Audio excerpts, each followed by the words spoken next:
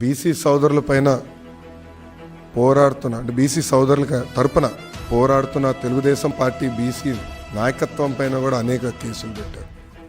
వేదికమైన పెద్దలందరిపైన కూడా కేసులు పెట్టారు.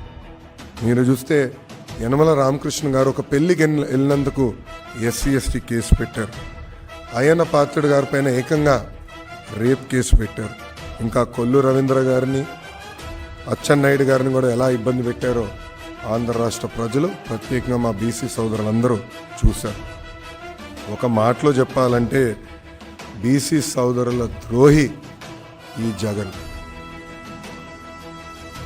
అమర్నాథ్ గౌడ్ అన్న కుర్రోడు కేవలం వాళ్ళ అక్కని వైకాపా నాయకుల పిల్లలు ఏడిపిస్తున్నారని ఊరు పెద్దలకి వెళ్ళి చెప్పాడు.